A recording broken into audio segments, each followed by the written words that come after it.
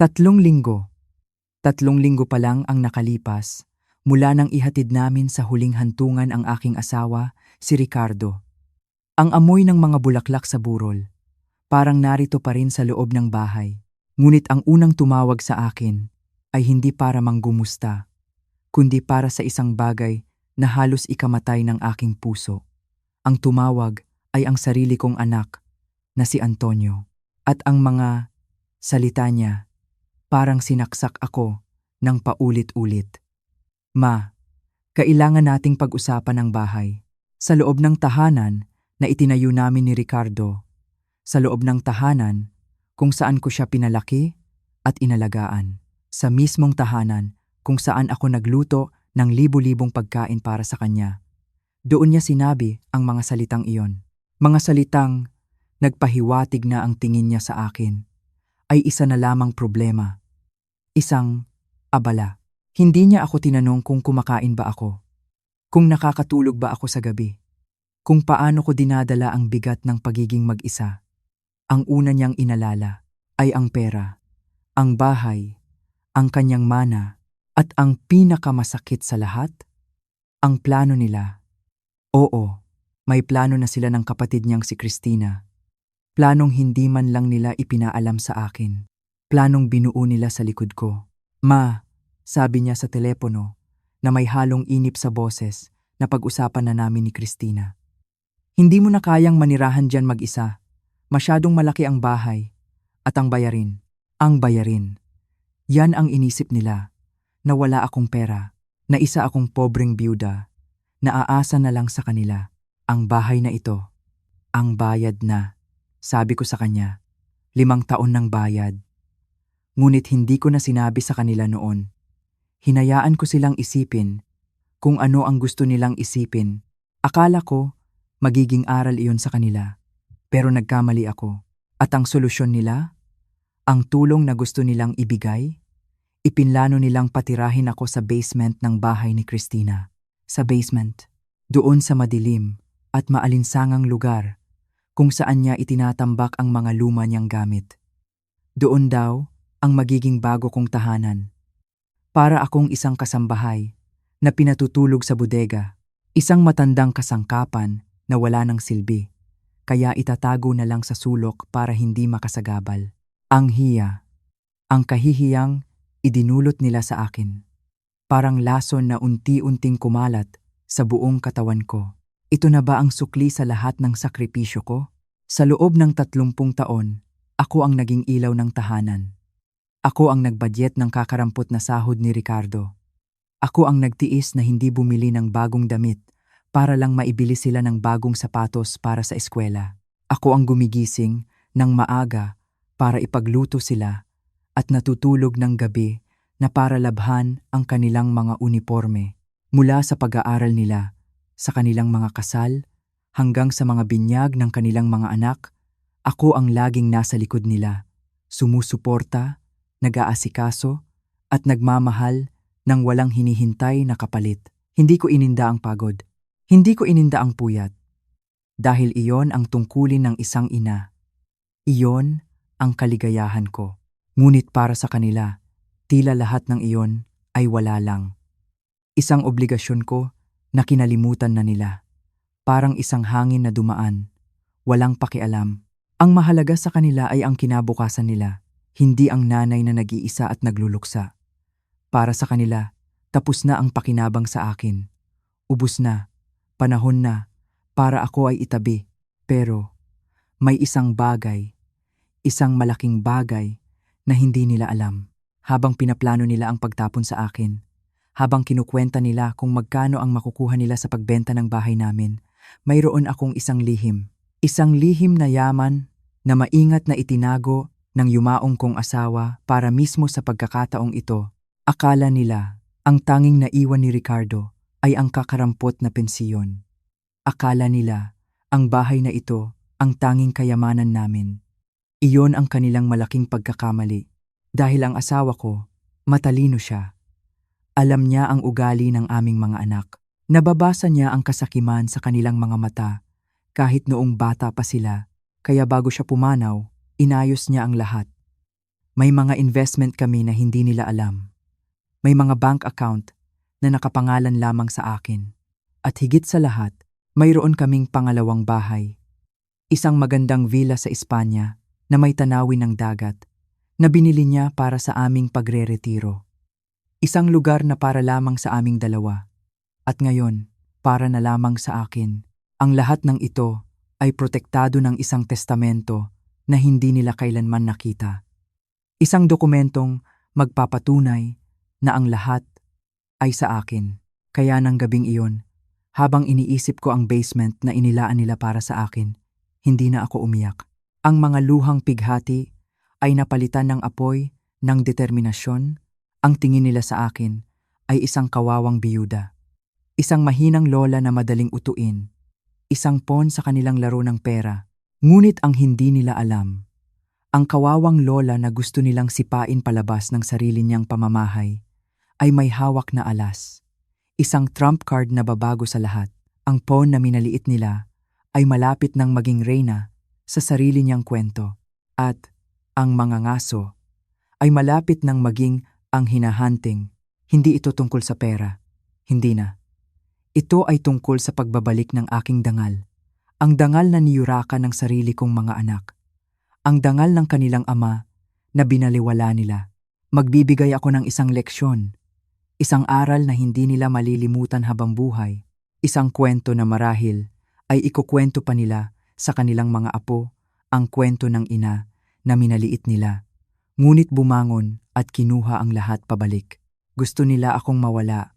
Gusto nilang manahimik ako. Ngayon, sisiguraduhin kong maririnig nila ang bawat salita ko. At hindi lang bahay ang babawiin ko. Babawiin ko ang aking dignidad. Kung naranasan mo na ring maramdaman na para kang estranghero sa sarili mong tahanan, kung naramdaman mo na ang sakit ng pagbabalewala mula sa mga taong pinagsilbihan mo, i-like at i-share mo ang video na ito. At huwag kalimutang mag-comment sa ibaba. Saan kayo nanonood? Halika, samahan ninyo ako. Pakinggan ninyo ang aking kwento. Kwentuhan mo rin ako ng sa iyo. Dahil ang mga kwentong tulad nito ay hindi dapat manatiling lihim. Pagkatapos ng tawag na iyon mula kay Antonio, ang katahimikan sa loob ng aming bahay ay tila mas naging mabigat.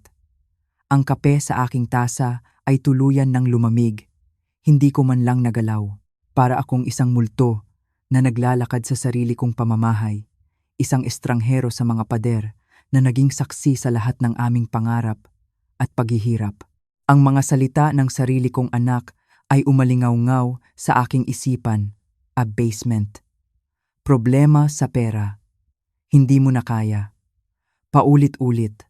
Para bang gusto nilang ipaintindi sa akin na ako ay isang kasangkapan na sira na, isang pabigat na kailangan ng itabi. Ang sakit. Ang sakit ay hindi maipaliwanag. Hindi ito sakit ng katawan, kundi sakit ng isang pusong sinugatan ng mga taong inaasahan mong mag-aalaga dito. Sa gitna ng aking pagluluksa at pagkalito, may isang bagay na nagtulak sa akin na tumayo. Dinala ako ng aking mga paa sa silid-aklatan ni Ricardo. Ang kanyang opisina. Ang kanyang santuwaryo. Pagbukas ko ng pinto, ang amoy ng mga lumang libro at ang natatanging pabango niya ay tila yumakap sa akin. Dito, sa loob ng kwartong ito, palagi akong nakakahanap ng kapayapaan. Umupo ako sa kanyang silya, ang lumang silyang yari sa Nara, at hinaplos ang makinis na ibabaw ng kanyang mesa.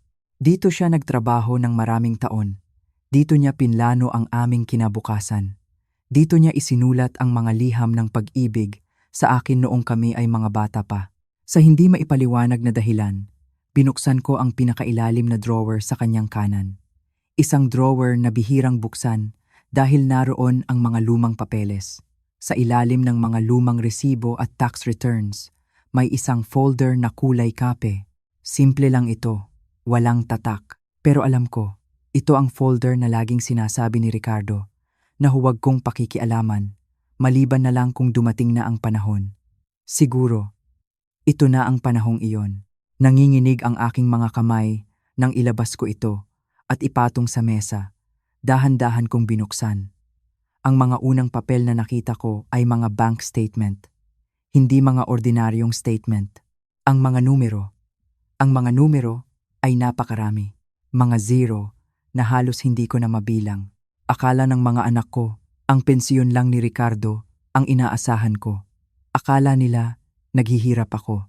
Pero ang mga papel na ito, sinasabi nilang, hindi lang kami nakakaangat, mayroon kaming sapat, higit pa sa sapat, para mabuhay ako ng komportable hanggang sa huling araw ng aking buhay.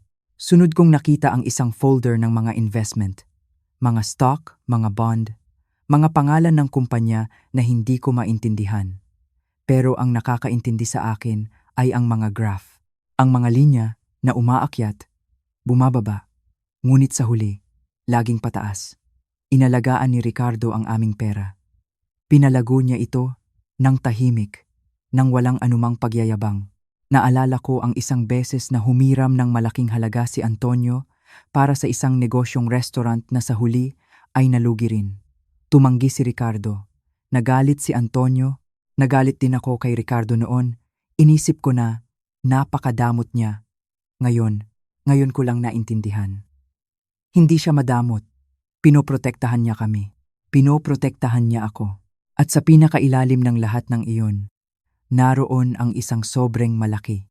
Sa loob nito ay mga makakapal na papel na may mga selyo at mga litrato. Mga litrato ng isang bahay na hindi ko pa nakikita sa buong buhay ko. Isang bahay na puti ang pader, na may mga bintanang kulay asul. May mga bulaklak na bougainvillea na gumagapang sa pader, kulay rosas at lila, at ang tanawin mula sa terrace, ang dagat, ang malawak, asul na dagat ng Mediteraneo. Ito ang titulo ng isang villa sa Marbella, Espanya. Nakapangalan sa aming dalawa. Biglang bumalik sa akin ang alaala, 6 na buwan bago siya atakihin sa puso. Isang gabi, ipinakita niya sa akin ang mga litratong ito sa kanyang telepono. Teresita, sabi niya na may ngiti sa kanyang mga labi. Ito ang ating paraiso. Isang lugar kung saan manonood tayo ng paglubog ng araw habang umiinom ng alak. Isang lugar kung saan walang hihingi sa atin ng kahit ano. Isang lugar na para lang sa ating dalawa. Ang mga salitang iyon ay parang musika sa aking pandinig noon. Isang pangarap na inaabangan ko. Isang pangarap na ninakaw ng kanyang biglaang pagkawala. Habang tinititigan ko ang mga litrato, ang sakit ng pagkawala niya ay bumalik. Ngunit sa pagkakataong ito, may kasama itong galit. Isang malinaw at nag-aalab na galit. Ang paraisong ito, ang pangarap na ito, ay hindi alam ng aking mga anak.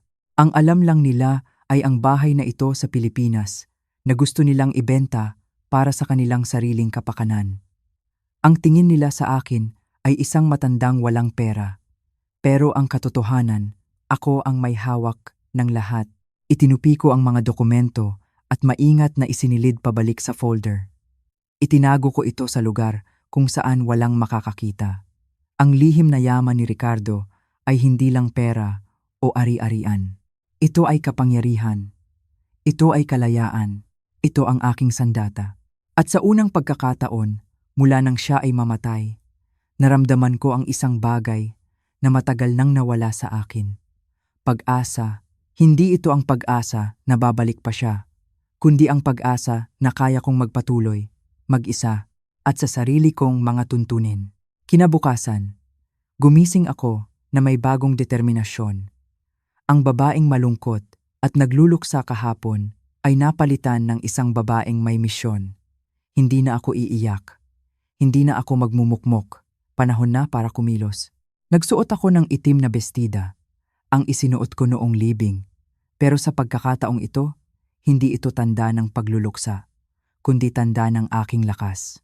Nag-ayos ako ng sarili, tiningnan ang refleksyon ko sa salamin, at sinabi sa aking sarili, Teresita, kaya mo ito. Nag-book ako ng taxi at nagpahatid sa opisina ni Attorney Reyes sa Makati. Ang opisina niya ay nasa isang mataas na gusali, malinis at propesyonal.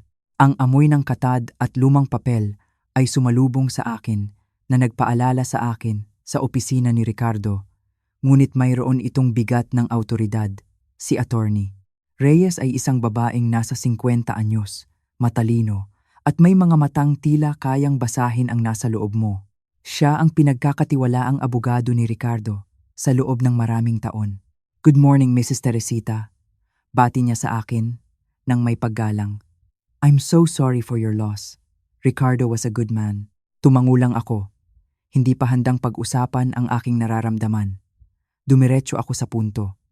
Inilatag ko sa kanya ang plano ng aking mga anak, ang pagbebenta ng bahay, ang paglipat ko sa basement. Habang nagsasalita ako, nakita ko ang pagbabago sa mukha ni Attorney Reyes mula sa simpatya, naging pagkabahala, at sa huli, isang bahagyang ngiti na may halong paghanga. "Ganoon po ba?" sabi niya nang matapos ako. "Alam niyo po, si Ricardo, parang nabasa na niya na mangyayari ito." Kumuha siya ng isang makapal na folder mula sa kanyang cabinet. "Tia, kailangan kong sabihin sa iyo, ito ay hindi pangkaraniwan," sabi niya habang inilalatag ang mga dokumento sa kanyang malaking mesa na gawa sa mahogany. "Ang iyong asawa ay napakalinaw sa kanyang mga huling habilin. Hindi niya inasahan, pero pinaghandaan niya. Itinuro niya ang mga papel. Ayon sa revocable trust na ginawa niya, paliwanag niya, ikaw at ikaw lamang ang may ganap na kontrol sa lahat ng inyong ari-arian. Ang mga anak ninyo ay hindi kailanman naging benepisyaryo ng anumang real estate. Tanging ang life insurance policy lang ang para sa kanila. Ang lahat ng iba pa ang bahay dito sa Pilipinas, ang mga investment at ang ari-arian sa Espanya ay ganap na sa iyo." Gumaan ang pakiramdam ko. At hindi nila alam ang tungkol sa Espanya? Ayon sa utos ni Ricardo, ang impormasyong iyon ay para lamang sa iyo at ibibigay lamang 30 araw pagkatapos ng kanyang pagpanaw, sabi niya. Tila inaasahan niyang pipilitin kanilang gumawa ng mga padalos-dalos na desisyon. Ang pagbebenta ng bahay na inayos nila. Tanong ko, mapipigilan ba iyon? Siyempre, sagot ni Attorney Reyes na may kumpiyansa. Ikaw ang nag-iisang may-ari. Walang bentahan na magaganap nang wala ang iyong pirma. Kung mayroon man silang kausap na buyer, sila ay kumikilos batay sa maling akala. Isang malaking tinik ang nabunot sa aking dibdib. Ang bahay ko ay mananatiling bahay ko. May isa pa, sabi ng abogado, at may kinuha siyang isa pang folder. May isa pang bagay na gustong ibigay sa iyo ni Ricardo. Isinulat niya ang liham na ito para ibigay sa iyo eksaktong 1 buwan pagkatapos ng kanyang kamatayan. At ngayon ang araw na iyon, iniabot niya sa akin ang isang sobre na kulay krema. Nakasulat dito ang pangalan ko sa pamilyar na sulat kamay ni Ricardo. Nanginginig ang mga kamay ko habang binubuksan ko ito at habang binabasa ko, para kong naririnig ang kanyang boses. Teresita, mahal ko, simula ng sulat. Kung binabasa mo ito, ibig sabihin wala na ako. Alam kong ang mga anak natin, kahit mahal natin sila, ay marahil umiikot na parang mga buwitre, kumbinsido na alam nila kung ano ang pinakamabuti para sa iyo. Hindi nila alam, hindi ka isang pabigat na kailangang asikasuhin o isang problemang kailangang solusyonan. Ikaw ay isang matalino at may kakayahang babae. Huwag mong hayaang kumbinsihin kanila ng iba. Ang pera at ari-arian ay sa iyo. Gawin mo ang kahit anong gusto mo. Ngayon na ang panahon para unahin mo ang sarili mo. Pumunta ka sa Espanya kung gusto mo. Anuman ang magpapasaya sa iyo. Nagmamahal, Ricardo. Ang mga luha ay kusa ng tumulo mula sa aking mga mata. Pero hindi ito luha ng kalungkutan. Ito ay luha ng pasasalamat. Alam ni Ricardo. Nakita niya ang lahat. May isa pa pong huling bagay, sabi ni Attorney Reyes, na tila binibigyan ako ng pagkakataong maging emosyonal. Kumuha siya ng isang maliit na sobre. Hiniling sa akin ni Ricardo na ibigay sa iyo ang bank card na ito at ang PIN. Konektado ito sa isang account na binuksan niya noong nakaraang taon. Tinawag niya itong Independence Fund mo. Magkano po ang laman? Tanong ko. 2,500,000 piso at 2,500,000 na yan, sagot niya. Buwan-buwan niya itong hinuhulugan. Sabi niya sa akin, Para ito sa panahon na magdesisyon si Teresita na mabuhay para sa sarili niya. 2,500,000 piso. Pera na hindi ko alam na mayroon pala. Pera na nilaan niya para sa aking kalayaan. Umalis ako sa opisina ng abogado na may dalang briefcase na puno ng mga dokumento at isang kalinawan ng isip na hindi ko naramdaman mula nang mamatay si Ricardo.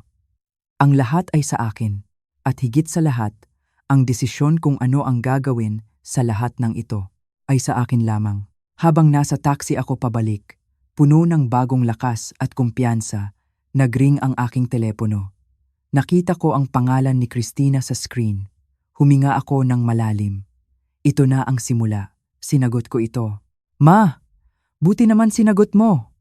Ang boses niya ay masaya at puno ng sigla, isang boses na ginagamit niya kapag may kailangan siya. "Gusto ko sanang pag-usapan yung renovation sa basement.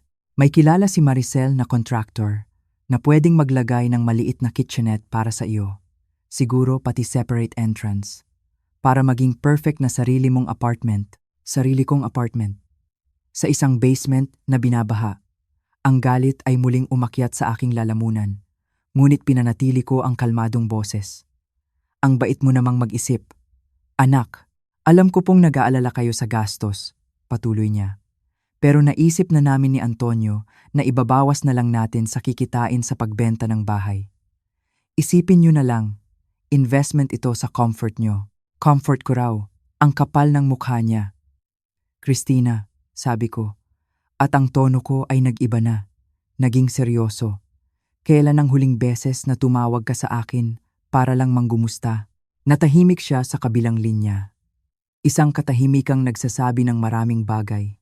"Anong ibig niyong sabihin, ma?" "Ang ibig kong sabihin, pagdidiin ko. Isang tawag na hindi ka humihingi ng pabor. Isang tawag na tinanong mo kung ano ang araw ko, kung ano ang nararamdaman ko, kung ano ang mga plano ko. Isang tawag dahil na-miss mo lang kausap ang nanay mo." "Kailan iyon, Christina?" "Ma, hindi naman po ganyan," pagdadahilan niya. Ang boses ay nag-umpisa ng maging depensibo. "Alam niyo naman na abala ako sa mga gastusin sa kolehiyo ni Angela at sa trabaho." Ang mga gastusin sa kolehiyo ni Angela. Iyon ang pain.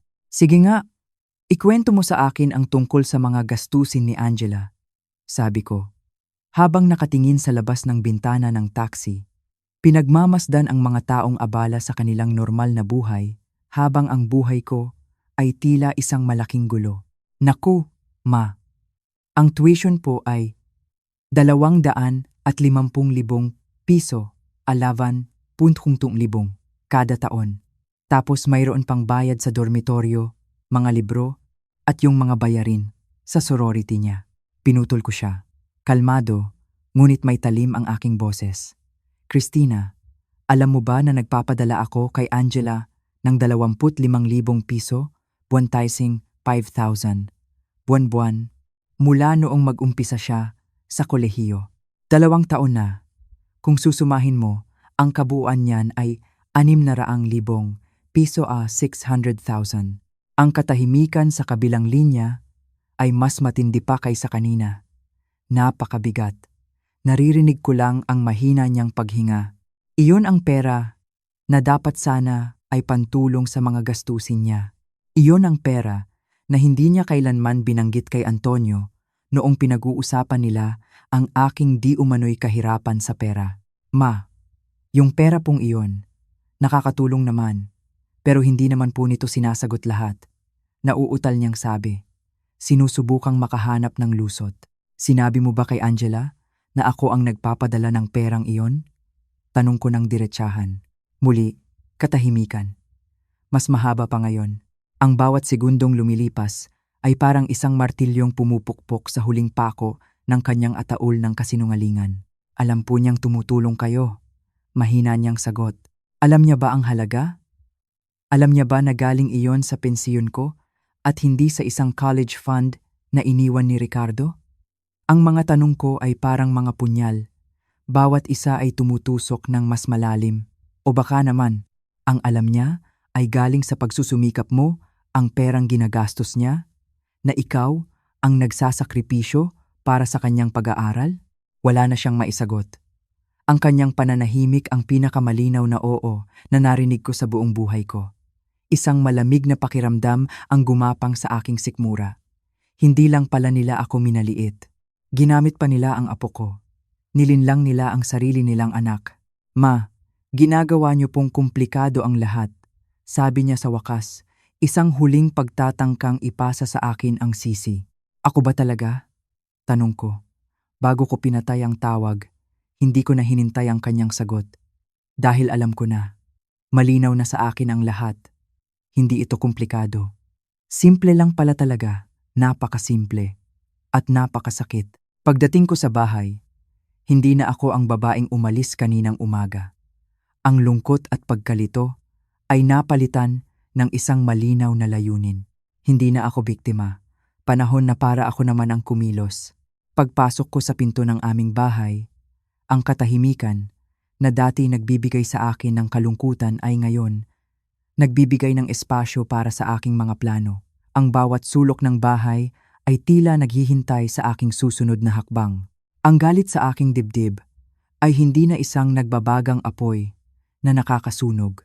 Ito'y naging isang malamig at matalas na yelo, nakapokus at handang tumusok. Ang una kong ginawa ay umakyat sa itaas. Pumasok ako sa dating kwarto ni Antonio.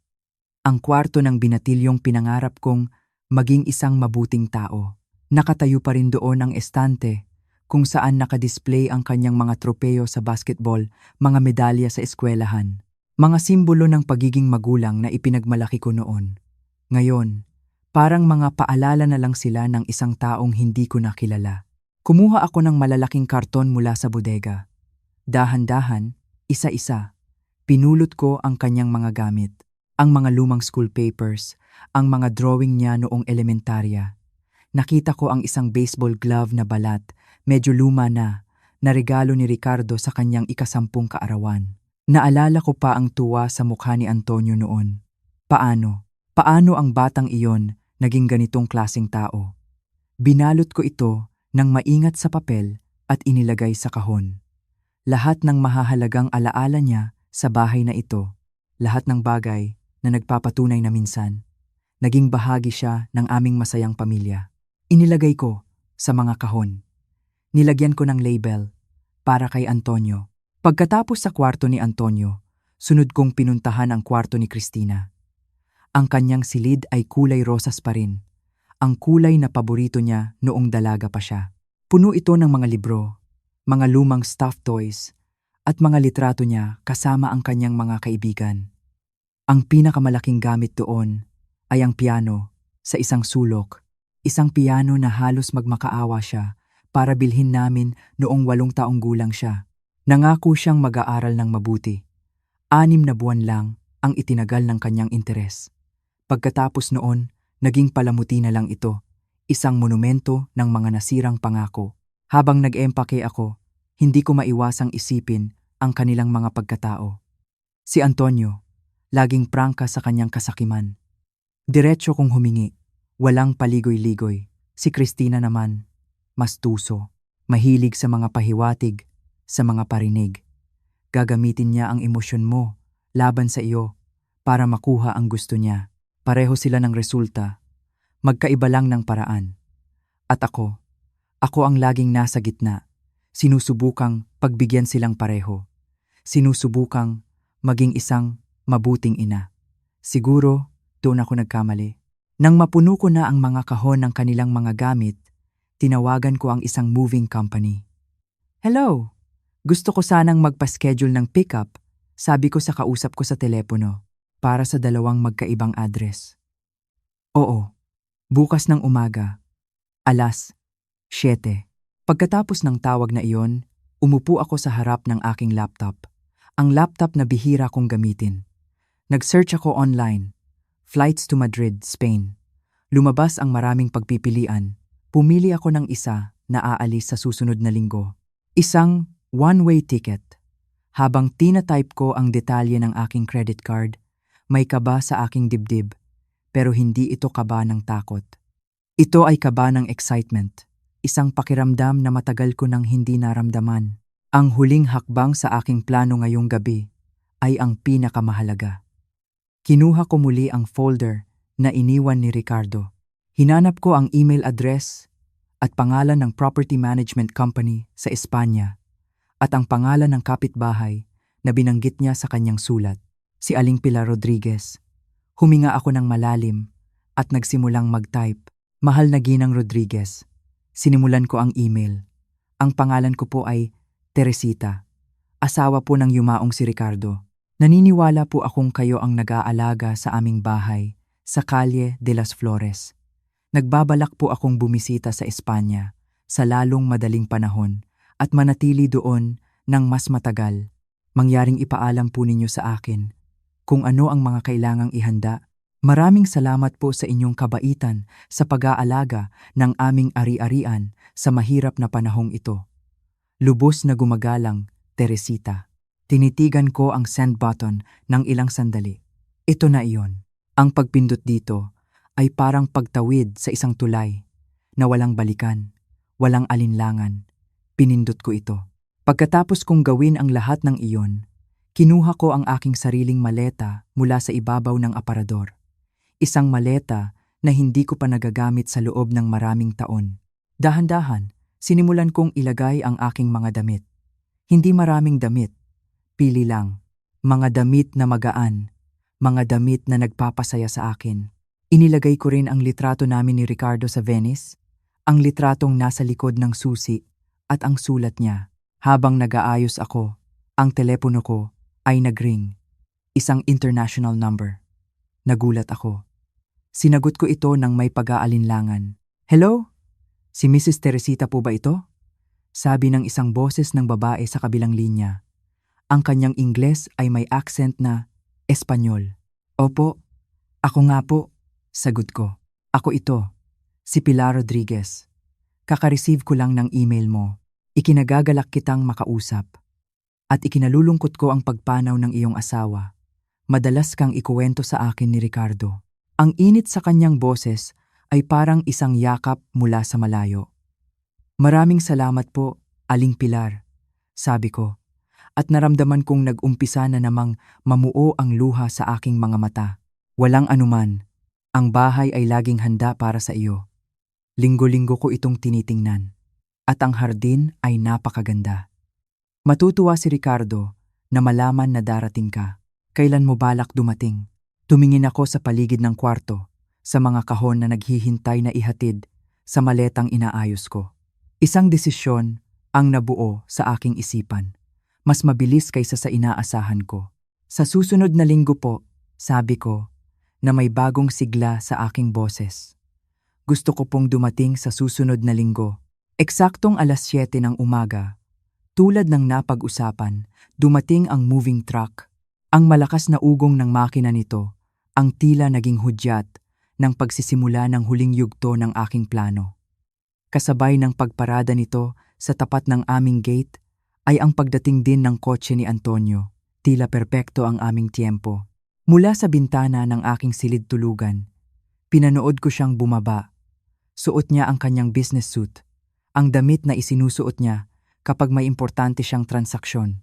Dala-dala niya ang isang makapal na Manila folder na sigurado akong naglalaman ng mga dokumento para sa pagbebenta ng aking bahay. Ang kanyang mukha ay seryoso, handa para sa isang negosasyon. Hindi niya alam, ang naghihintay sa kanya ay hindi negosasyon, kundi isang pagtutuos. Ang mga tauhan ng moving company ay magagalang at propesyonal. Ma'am, saan po namin ididiretso ang mga kahon? Tanong ng kanilang leader. Isang lalaking mabait ang mukha na nagngangalang Mang Rodi. Ibinigay ko sa kanya ang 2 papel na may nakasulat na address. Ang unang set po ay sa 247 Maple Street.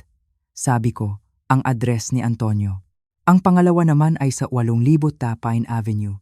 Ang address ni Christina. Pakisabi na lang po na regalo ito mula kay Teresita. Mga alaala na dapat nilang ingatan. Isang maliit na ngiti ang sumilay sa labi ni Mang Rodi. Sa tagal niya sa negosyong ito, marahil ay sanay na siya sa mga drama ng pamilya. Isang malakas at mabilis na katok sa pinto ang pumutol sa aming usapan. Si Antonio, walang pasensya gaya ng dati. Huminga ako ng malalim bago ko binuksan ang pinto. Suot ko ang paborito kong pulang bestida. Ang sabi ni Ricardo ay nagpapatingkad daw sa aking mga mata. Nag-ayos ako ng buhok, naglagay ng kaunting kolorete. Ang babaeng humarap sa kanya ay hindi ang biyudang malungkot at madaling manipulahin na inaasahan niya. Ma, anong kababalaghan ito? Bungad niya. Hindi man lang nag-good morning. Itinuro niya ang moving truck. Bakit may moving truck sa labas? Magandang umaga rin sa'yo, Antonio. Kalmado kong sagot. May mga ilang bagay lang akong ipinapalipat. Nilampasan niya ako at pumasok sa loob. Ang kanyang mga mata ay nanlaki nang makita ang mga kahon na may pangalan niya. Ito ang mga gamit ko. Mga gamit ko noong bata ako. Bakit mo ine-empake ang mga gamit ko? Akala ko kasi gusto mo nang kunin, sabi ko, na may bahagyang sarkasmo. Mahalaga ang mga alaala, hindi ba? Ang kanyang mukha ay namula sa galit. Ma, kailangan nating mag-usap. Hinihintay na tayo ng kliyente ni Kuya Berto. Kailangan nating makuha ang pirma mo ngayon. Isinara ko ang pinto at sumandal dito. Pinanood siyang magpabalik-balik sa sala na parang isang hayop na nakakulong sa hawla. Antonio, umupo ka muna. Ayokong umupo. Gusto kong malaman kung bakit ka nagkakaganyan. Sigaw niya. Umupo ka. May bigat at awtoridad sa aking boses na nagpatigil sa kanya. Umupo siya sa pinakamababang baitang ng hagdanan. Hawak pa rin ang folder na parang isang kalasag. Sabihin mo sa akin, Antonio, simula ko, ano ang sinabi mo sa kliyente ni Kuya Berto? Saan mapupunta ang perang kikitain sa pagbenta ng bahay na ito? Tumingin siya sa akin. Naguguluhan. Ang ibig kong sabihin. Sinabi mo ba sa kanila na hahatiin ninyo ni Christina ang pera? Kinuwenta mo na ba kung magkano ang makukuha ng bawat isa sa inyo matapos bayaran ang utang sa bahay na labis mong ikinababahala? Ang kanyang panga ay tumigas. Ma, hindi ka nag-iisip ng maayos. Ang pagluluksa. Ang isip ko ay mas malinaw pa kaysa dati. Putol ko sa kanya. Hayaan mo akong magtanong ng iba. Noong nag-dinner kayo ni Christina para pag-usapan ang sitwasyon ko, tinanong niyo ba kung kamusta ang emosyon ko? Kung paano ko dinadala ang pagkamatay ng ama ninyo? Siyempre naman, Ma. Nag-aalala kami. Talaga? Tanong ko. Tinanong niyo ba kung nakakatulog ako? Kung kumakain ako? Kung kailangan ko ng kausap? O baka naman ang buong dinner ninyo ay ginugol ninyo sa pagkwenta kung magkano ang kikitain ninyo mula sa kamatayan ng sarili ninyong ama? Hindi yan totoo, sigaw niya. Pero ang pamumutla ng kanyang mukha ang nagsabi ng katotohanan. Kinuha ko ang aking cellphone at binuksan ang calculator. Tingnan natin, sabi ko. Kung maibebenta ang bahay sa presyong sinabi ni Kuya Berto, sabihin nating 18 milyong piso, 1,000,000 paghahatian ninyo ni Christina. Bawat isa sa inyo ay makakakuha ng halos 8 milyon, 8,000. Tama ba ang hula ko? Ang kulay sa kanyang mukha ay tuluyang nawala. Antonio, sabi ko, ang boses ko ay malamig na parang yelo. Alam mo ba kung magkano talaga ang pensiyon na nakukuha ko mula sa ama mo buwan-buwan? 150,000 piso, 150,000. Bukod pa diyan ang SSS at ang mga dibidendo mula sa mga investment na wala kayong kaalam-alam. Ngayon, sabihin mo ulit sa akin, paano ako hindi magkakaroon ng kakayahang manatili sa bahay na ito? Tumayo siya bigla at nahulog ang folder na hawak niya sa sahig. Ang mga papel ay kumalat. Nagsinungaling ka sa amin. Hindi ako nagsinungaling, sagot ko. Kayo ang nag-assume at hindi ko kayo iwinasto. May pagkakaiba iyon. Hinayaan ninyo ang sarili ninyo na isiping naghihirap ako dahil mas madaling bigyan ng katwiran ang pagtrato sa akin na parang isang problema imbes na isang inang kailangan ng suporta. Sa labas, umandar na ang makina ng moving truck. Pinaparusahan mo kami. Ibinibigay ko lang sa inyo ang eksaktong hiniling ninyo. Sabi ko, hiniling ninyong umalis ako sa bahay. Aalis ako. Gusto ninyong ipamahagi ang mga gamit. Ipinapamahagi ko na. Ang problema lang, Antonio, hindi ito ang inyong mga ari-arian para panghimasukan. Sa sandaling iyon, nagring ang aking telepono. Pangalan ni Christina. Sagutin mo, utos ko. I-loudspeaker mo. Umiling siya, pero sinagot ko ito at pinindot ang speaker. Ma, anong kabaliwan ito? Sigaw ni Christina mula sa kabilang linya. May moving truck dito sa bahay at may dalawang lalaking gustong i-deliver ang isang piano na wala akong paglalagyan. Hello, Christina? Iyan ang piano na halos iyakan mo para bilhin namin noong 8 taong gulang ka. Akala ko gusto mo nang makuha ulit. Ayoko niyan. At tumawag sa akin si Antonio. Sinasabi ang isang nakakabaliw na ideya na hindi mo na raw ibebenta ang bahay. Hindi na ibebenta ang bahay, kumpirma ko. Katahimikan. Anong ibig mong sabihin? Ang ibig kong sabihin, ito ay bahay ko. Iniwan ito sa akin ni Ricardo at hindi ko ito ibebenta.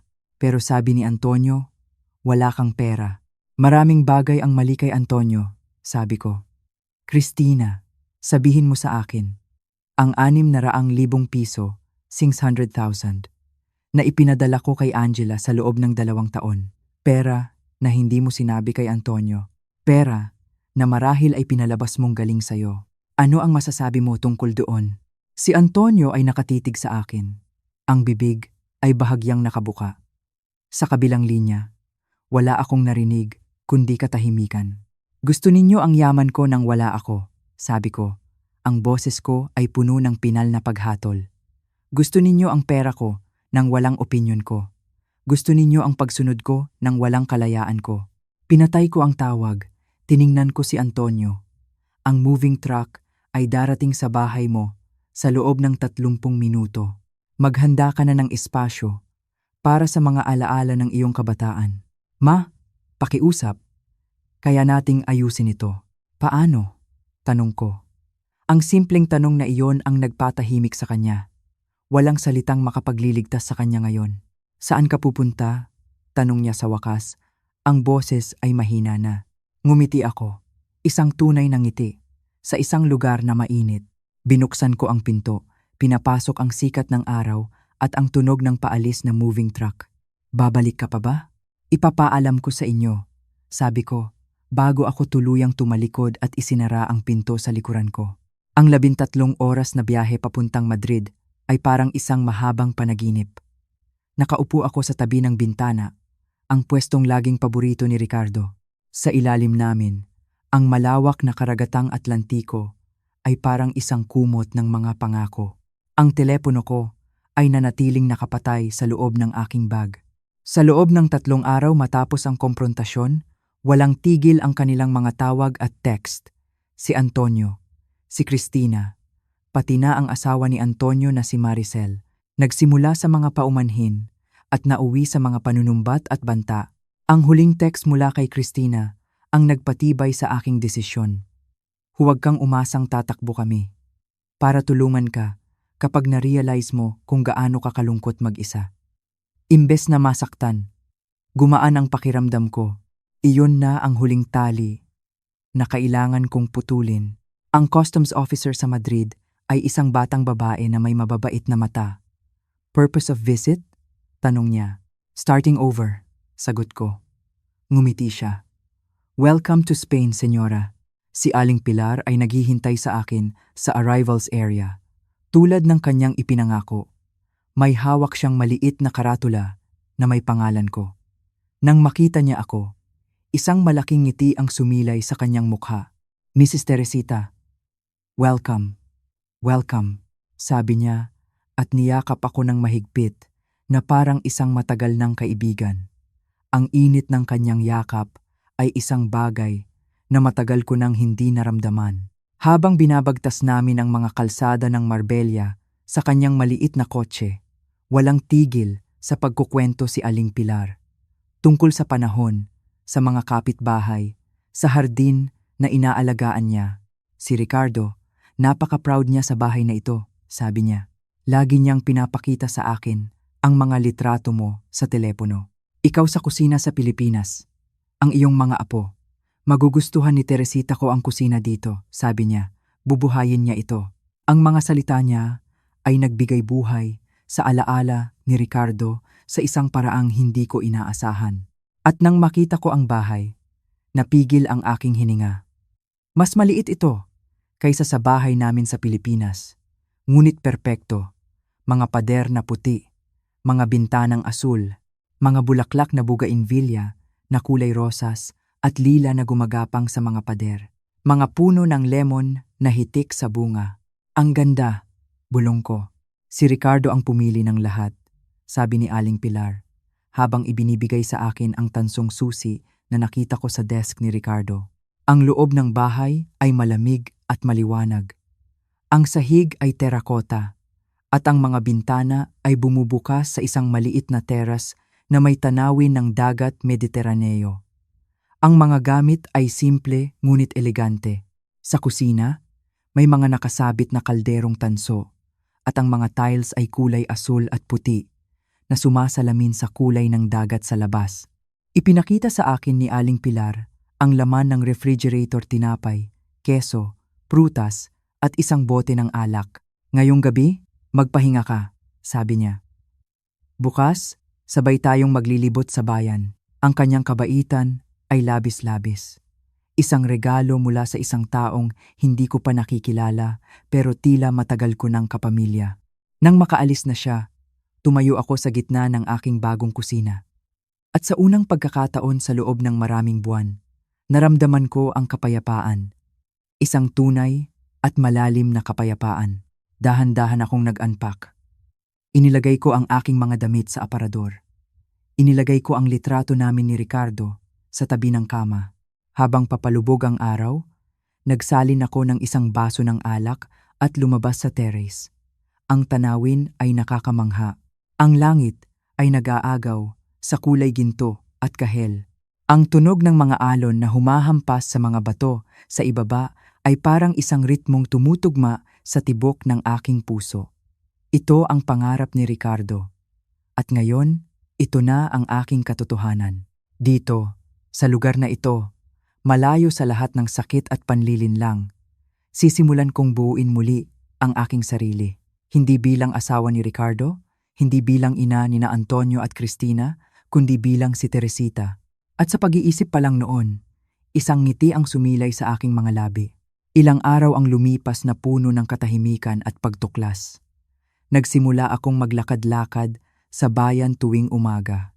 Natutunan ko ang daan papunta sa panaderya, kung saan ang tinapay ay laging mainit, at sa maliit na palengke, kung saan ang mga prutas ay sariwa. Sinimulan kong alagaan ang hardin. Dinidiligan ang mga bulaklak na minahal ni Ricardo. Bawat araw, unti-unti kong nararamdaman ang pagbabalik ng aking lakas, na parang isang halamang nalanta na muling nasinaga ng araw. Isang gabi, habang nagbabasa ako sa terrace, nagring ang aking telepono. Nakalimutan kong naka-on pa pala ito. Isang pamilyar na pangalan ang lumabas sa screen. Angela, ang aking apo. Nag-atubili ako. Ilang araw na akong walang komunikasyon sa kanila.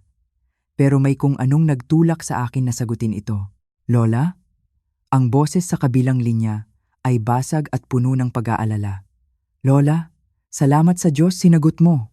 Angela, anak, sabi ko. Ang boses ko ay kalmado. Lola, nasaan po kayo? Tuloy-tuloy niyang tanong.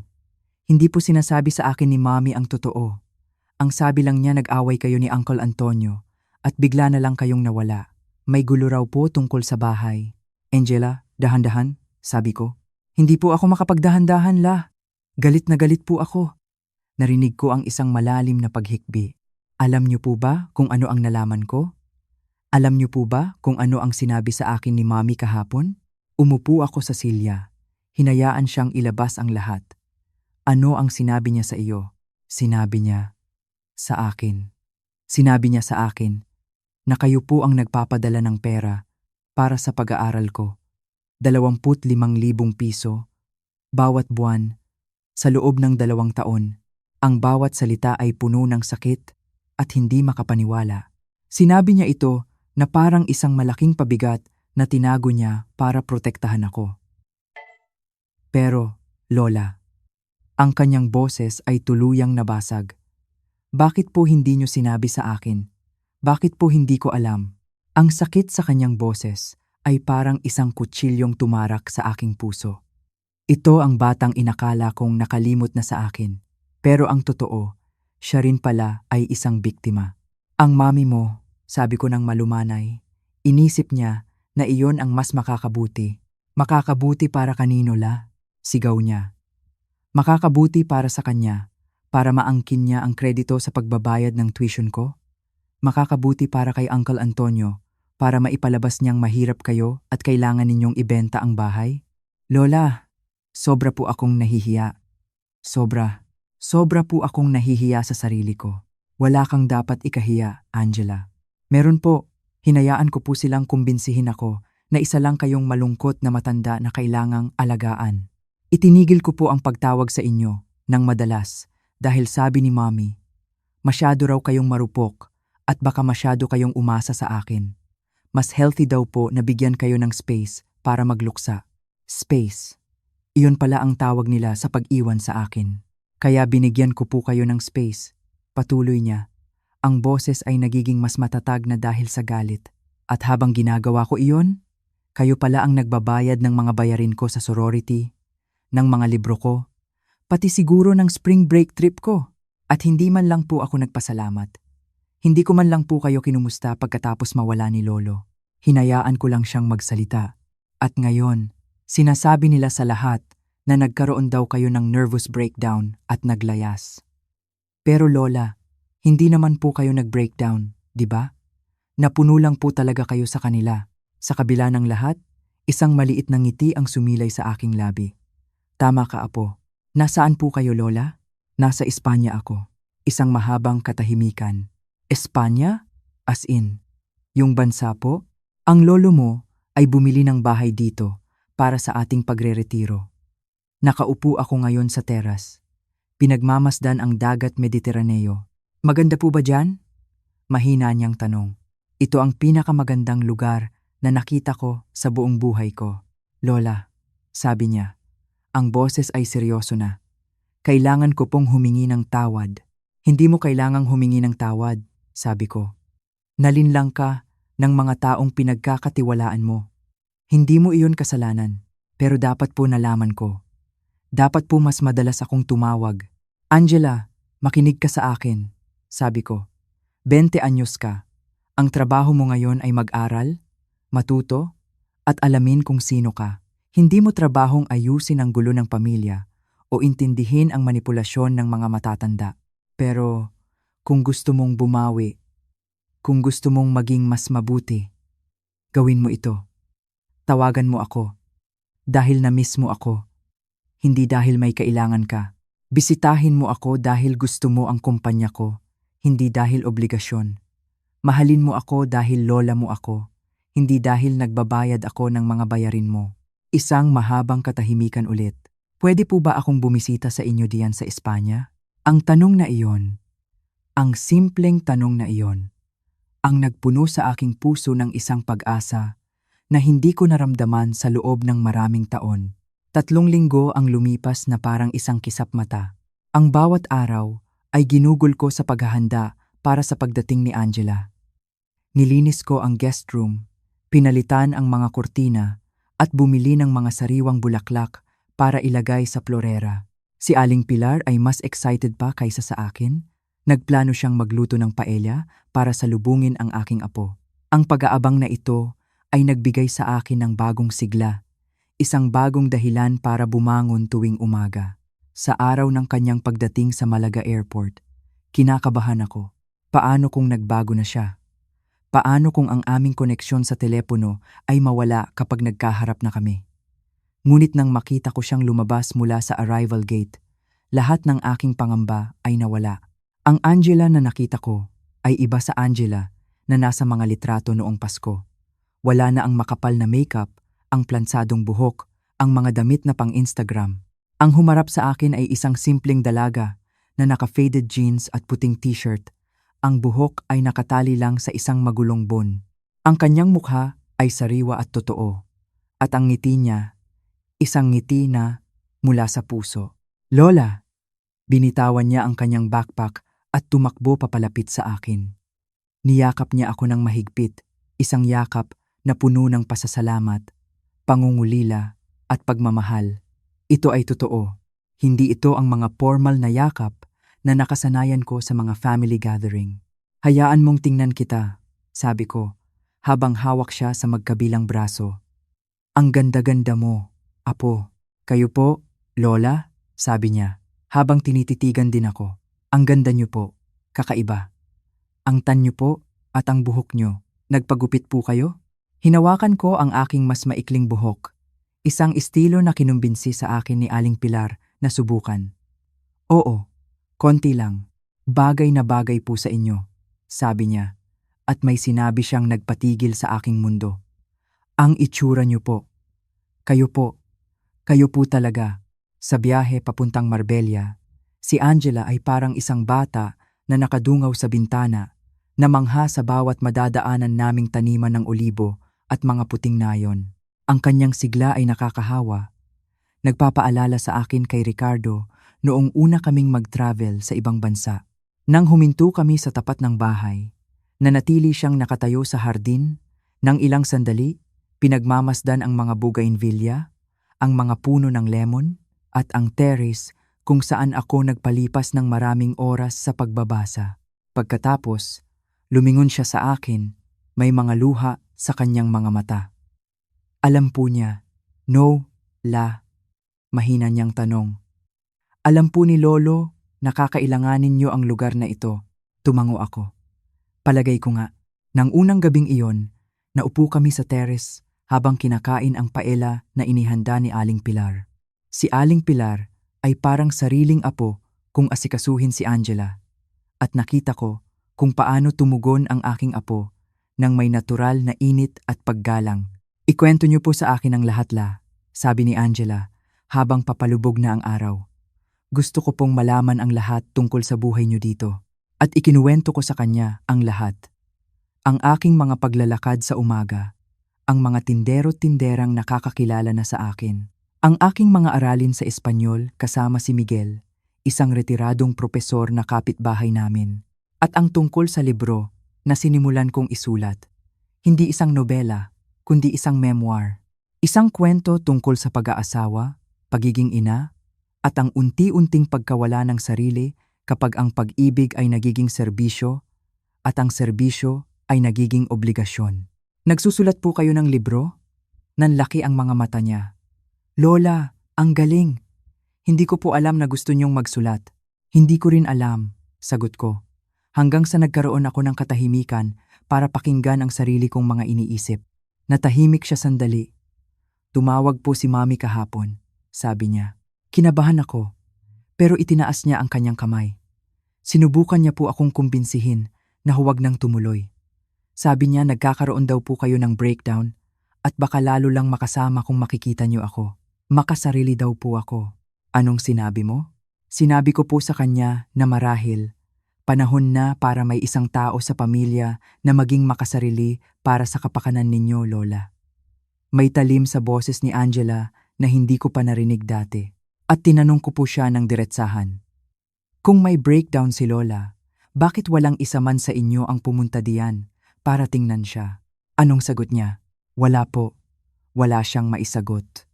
Dahil ang sagot ay maglalantad ng katotohanan na wala silang pakialam sa kapakanan niyo. Ang mahalaga lang sa kanila ay ang pera niyo. Ang kanyang prangkang mga salita ay hindi nakasakit. Sa halip, ito ay nagpatunay sa lahat. Tiningnan ko ang aking apo, ang dalagang kaharap ko, at nakita ko ang isang karunungan na higit pa sa kanyang edad. Dito, sa ilalim ng papalubog na araw sa Espanya, naramdaman ko na ang aming ugnayan ay hindi lang naayos. Ito ay muling isinilang, mas matatag at mas totoo kaysa dati. Ang isang linggong spring break ni Angela ay naging 2, tapos naging 3. Ang bawat araw na kasama ko siya ay parang isang regalong hindi ko inaasahan. Naging kasama ko siya sa aking mga paglalakad sa umaga. Siya ang tagatawa sa aking mga maling bigkas sa wikang Espanyol. Siya ang unang nakabasa ng unang kabanata ng librong isinusulat ko. Sa kanyang mga mata, nakita ko ang paghanga. Hindi paghanga sa isang lolang nagbibigay ng pera, kundi paghanga sa isang babaeng nagsisimulang muli. At sa paghangang iyon, natagpuan ko ang lakas na matagal ko nang kinalimutan na mayroon pala ako. Isang hapon, habang nagkakape kami sa terrace, matapos ang isang masayang araw ng pagtulong kay Aling Pilar sa kanyang pottery studio, bigla siyang nagsalita. "Lola," sabi niya, ang kanyang mga mata ay seryosong nakatitig sa akin. "Ayoko na pong bumalik." Nagulat ako. "Anong ibig mong sabihin, apo? Paano ang pag-aaral mo?" "Nakausap ko na po ang aking mga propesor," paliwanag niya. "Pwede po akong mag-independent study para tapusin ang semester. Online exams, mga research paper, magagawan po ng paraan." "Ang totoo po, Lola, ayoko pa pong umalis sa tabi ninyo. Gusto ko po ng totoong oras kasama kayo, hindi yung oras na sinusukat lang sa mga pagbisita tuwing Pasko o mga tawag na may agenda." Hinawakan ko ang kanyang kamay. "Angela, anak, malaking desisyon iyan." "Ang pagpunta po dito ay malaking desisyon," sagot niya. "Ang paggupit niyo ng buhok at pagsusulat ng libro ay malaking desisyon. Ang hindi pagbebenta ng bahay, iyon po ang pinakamalaking desisyon." "Lola, sa buong buhay ko, palagi akong gumagawa ng desisyon base sa kung ano ang inaasahan ng iba sa akin, kung ano ang gusto ni Mommy, kung ano ang tingin ng mga kaibigan ko na tama. Pero dito sa tabi ninyo, parang unang beses kong nakikita ang lahat ng malinaw." "At ano ang nakikita mo?" tanong ko. "Nakikita ko po," sabi niya. At ang kanyang boses ay naging mas matatag, na hindi kayo ang marupok na matandang ipininta nila sa isip ko. Kayo po yata ang pinakamatatag na taong kilala ko. At nakikita ko rin na ayokong maging klase ng tao na iniiwan ang mahal niya sa buhay dahil lang iyon ang mas madali. Ang mga salita niya ay tumagos sa aking puso. "Gusto ko pong maging klase ng tao na naninindigan," patuloy niya, "na pinipili ang pagmamahal kaysa sa kaginhawaan, ang katotohanan kaysa sa kasinungalingan." "Lola, nagising na po ako at gusto kong gugulin ang pagiging gising ko kasama ang isang taong nakikita ako bilang ako, hindi bilang isang proyektong kailangang pamahalaan. Ang nanay mo," sabi ko, "hindi niya ako mapapatawad kung hahayaan kitang masira ang buhay mo." "Hindi po ito pagsira ng buhay ko, Lola," sabi niya, at hinigpitan ang hawak sa aking kamay. "Ito po ang pagliligtas nito." Nang gabing iyon, magkasama naming tinawagan ang unibersidad at inayos ang kanyang temporary leave of absence. Pagkatapos, tinawagan namin si Aling Pilar para itanong kung pwede siyang maging apprentice sa kanyang pottery studio. At sa huli, habang ang araw ay papalubog na sa likod namin at ang tunog ng mga alon ang nagsisilbing musika sa aming pag-uusap, ginawa ni Angela ang huling tawag. Ang pinakamabigat na tawag. Hinawakan niya ang kanyang telepono, huminga ng malalim, at pinindot ang numero ng kanyang ina. Inilagay niya ito sa speakerphone. "Mommy," simula niya, kalmado ngunit matatag. "Angela, saan ka ba nagpupunta? Kailan ka uuwi? Nag-aalala na ako sa'yo." Ang boses ni Christina ay puno ng pagkabalisa at inis. "Mom, hindi pa po ako uuwi.